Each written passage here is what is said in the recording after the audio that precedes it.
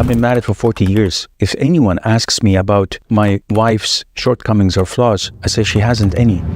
What's the emotion you find hardest to express? The love to the Prophet ﷺ, because you just can't control your emotions when you talk about him. My life is my life. Don't look at me as a celebrity. You mentioned that you go to the gym often, and we all know about the viral picture and your reply to it.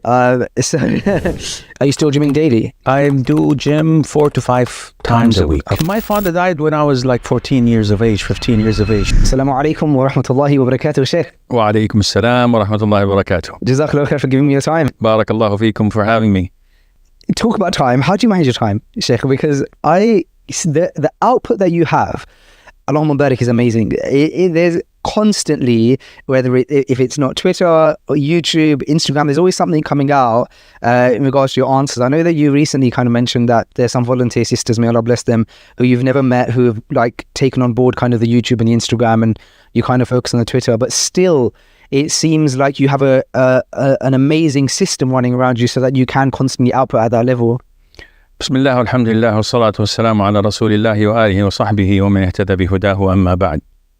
I'd be lying if I said that, well, I manage my time by putting a plan and a strategy, and all of this baloney is not true. I do not manage time.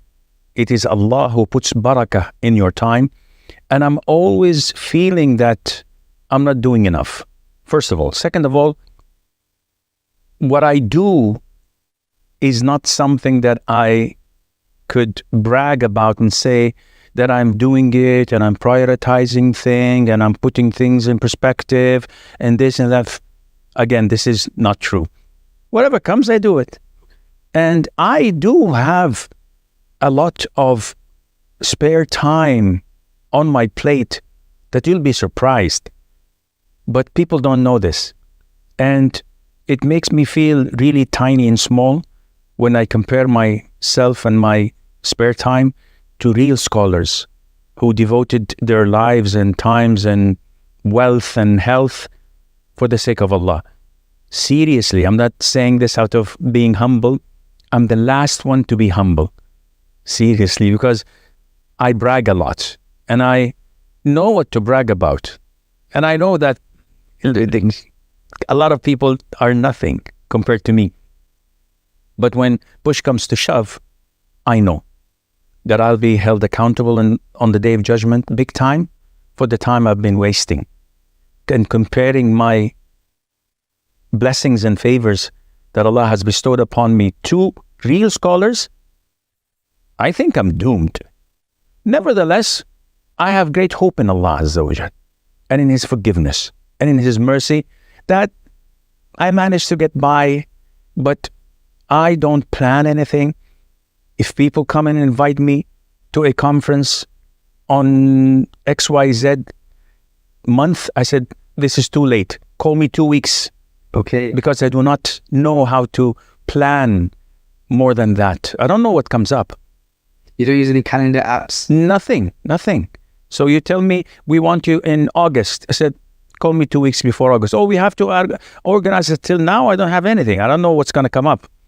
So call me 2 weeks before the actual event, because I don't plan anything ahead of time. And what about your phone? Are you good? How do you manage your relationship with your phone in terms of, because I know a lot of your communication is done over email. So do you purposely try and distance yourself from anybody, like having people, from a lot of people having your number and access to WhatsApp and things like this? I pride myself to answer any caller, any time of the day and night when I'm free. And like 3-4 years ago, that was 23 hours a day. The phone was always on. I have only one number.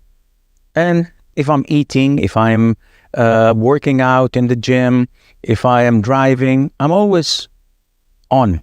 I answer people to the extent that my family may feel irritated and, come on, we're sitting with you. I said, okay, it's only a minute or two. I don't take long calls where people vent. But I was going to say, how do you make sure people don't take the mic? Because, first of all, I give each caller one call a day, and it must not exceed 4 to 5 minutes. and I have a good memory in who called, and I can remember voices. So if someone calls twice a day, I say, listen, next time you do it, I'm going to block your number. And I have hundreds of numbers blocked. So usually, like we're having this conversation, my phone is on do not disturb. So you call, you'll find that it's giving you a busy tone. But if I don't have counseling sessions, if I'm not doing anything of importance, it's always on. Okay. Alhamdulillah. That you mentioned there that you're comparing your time to the time that some other scholars.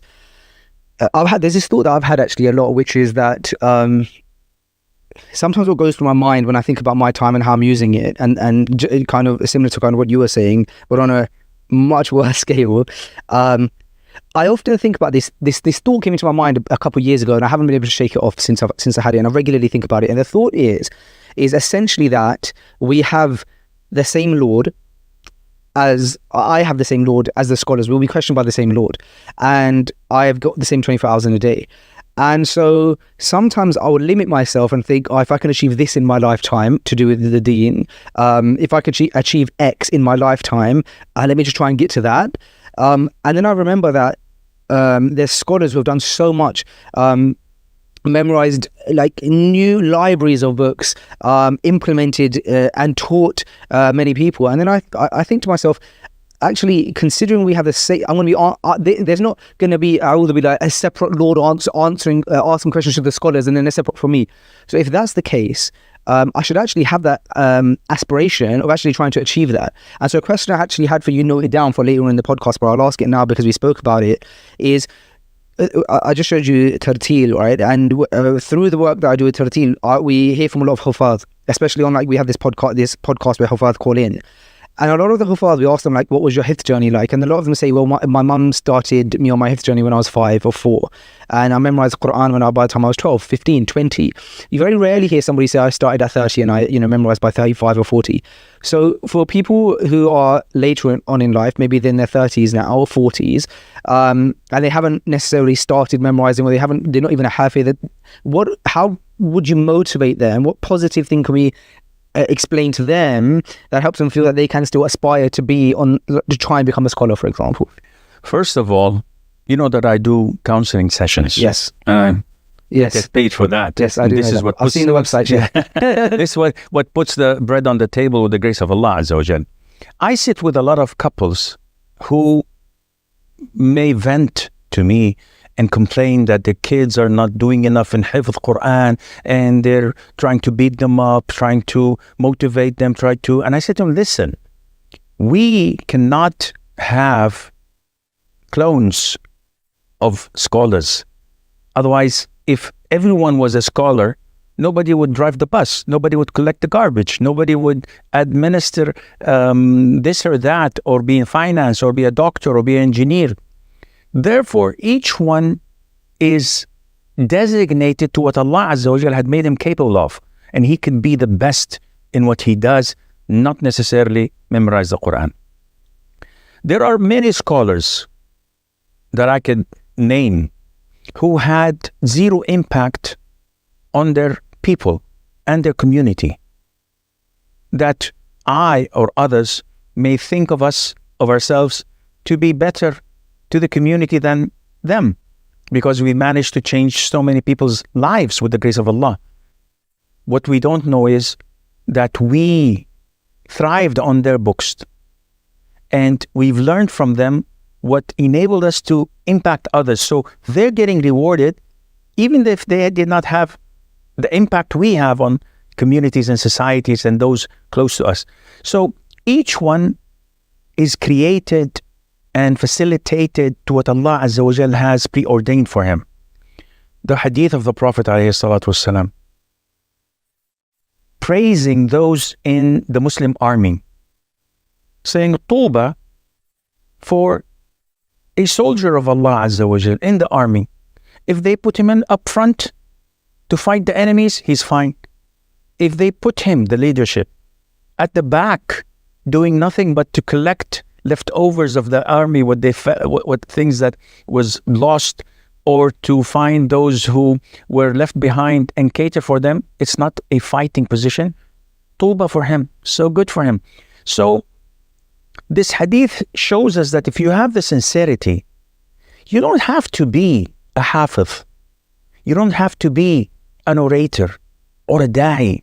We can't be clones of one another. We all can't be Dr. Zakir Naik, knowing the surah, knowing the ayah, having the ability to counter atheists and other faiths with confidence and knowledge, mashallah. We can't be like this. We need different people in different positions.